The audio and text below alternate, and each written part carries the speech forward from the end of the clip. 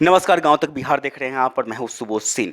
Nitish cabinet के विस्तार का काउंटडाउन शुरू हो गया है। दावा किया जा रहा है कि 2 से 3 दिनों के अंदर में नीतीश कैबिनेट का विस्तार कर दिया जाएगा। इसके लिए दोनों ही बड़ी पार्टियां जदयू और भाजपा की ओर से मंत्रिमंडल में शामिल होने वाले नामों को फाइनल कर दिया गया है और जल्द ही उसे राज्यपाल को सौंप दिया जाएगा। उसके बाद राज्यपाल मंत्रियों को शपथ दिलवाएंगे।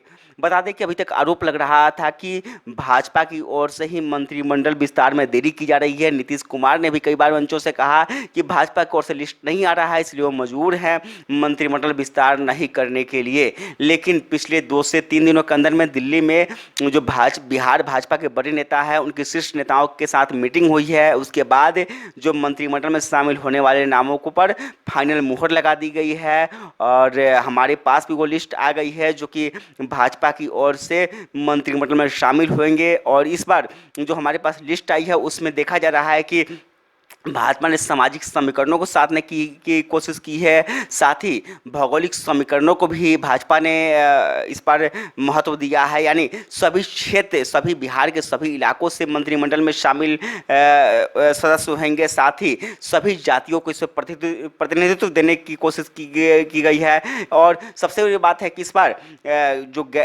जो मुसलमान प्रतिनिधित्व जो है वो भी मंत्रिमंडल में शामिल भाजपा की ओर से होता हुआ देखा जाएगा। इसमें सबसे बड़ा नाम जो है शाहनवाज हुसैन का आ रहा है। शाहनवाज हुसैन को भाजपा ने विधान परिषद कोटे से मंत्रिमंडल में शामिल कराने का निर्णय लिया है। इसके अलावे राजपूत कोटे से संजय सिंह का नाम सामने आ रहा है। संजय सिंह लालगंज के विधायक है। पहली बार विपरीत परिस्थितियों में भी लालगंज में कमल खिलाने का उन्होंने काम किया है और जीतने के बाद वो लगातार जनता के बीच में है।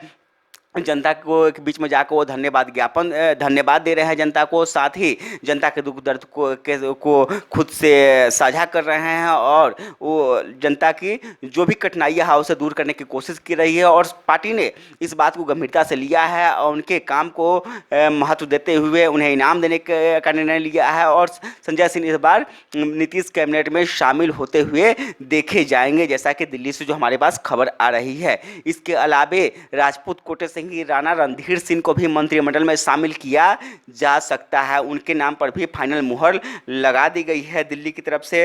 इसके अलावा भी कई नाम है। वैश्य समाज से संजय सरावगी को भी मंत्रिपरिषद में शामिल किया जा रहा है।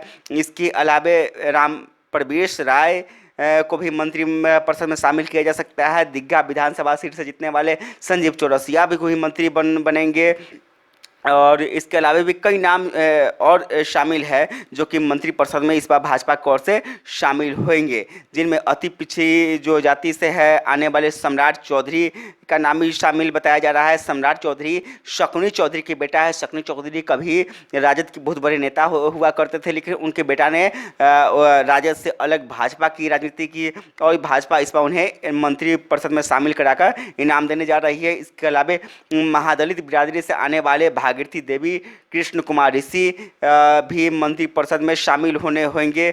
इसके अलावा नीतीश मिश्रा को फिर से मंत्रिपरिषद में शामिल किया जाएगा। बता दें कि नीतीश मिश्रा इससे पहले भी बिहार कैबिनेट में शामिल होते रहे हैं।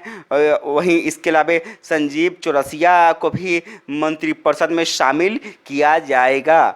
वहीं जेडीयू ने भी अपने जो संभावित मंत्री है उनका नाम फाइनल कर लिया है और इनमें श्रवण कुमार नालंदा से जीत के आते हैं, उनको मंत्री बनाया जाएगा। इसके अलावा लेसी सिंह जो राजपूत समुदाय से आती है उनको भी मंत्रिमंडल में शामिल करने की बात लगभग फाइनल हो चुकी है। इसके अलावा जो जमुई से के कद्दापर नेता रहे और कभी बिहार में भी उनकी जिनकी तुत्ती बोलती थी नरेंद्र सिंह, उनके बेटे सुमित सिंह को भी नीतीश कुमार कैबिनेट में शामिल करेंगे।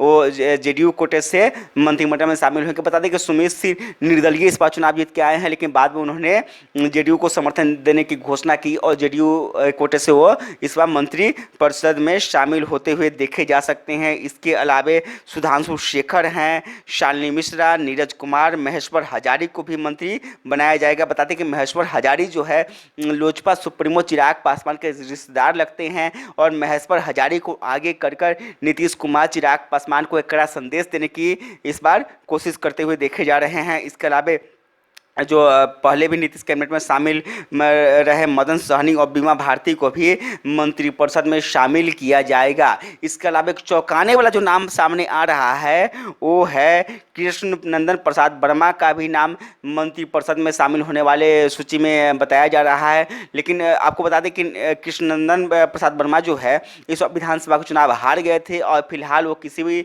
सदन के सदस्य नहीं है। लेकिन बताया जा रहा है कि राज्यपाल की ओर से मनोनीत होने वाले जो विधान परिषद सदस्य हैं उनमें कृष्णनंदन प्रसाद वर्मा का भी नाम शामिल हो सकता है और इसीलिए उन्हें मंत्रिमंडल में शामिल करने की बात कही जा रही है। फिलहाल ये सभी जो है सूत्रों के मुताबिक खबर है, इसमें 1 से 2 नामों बढ़ सकते हैं या 1-2 नामों की छटनी भी की जा सकती है। लेकिन लगभग नीतीश कैबिनेट में शामिल होने वाले मंत्रियों की जो नाम है यही रहने की बात कही जा रही है और 1 से 2 दिन में सारे जो भी संभावना है उन सभी पर से पर्दा हट जाएगा और इस पर अंतिम मुहर लग जाएगी। तब तक इंतजार कीजिए और हमारे चैनल को देखते रहिए। हमारे चैनल को सब्सक्राइब नहीं किए तो सब्सक्राइब कीजिए, साथ ही लाइक शेयर और कमेंट कीजिए।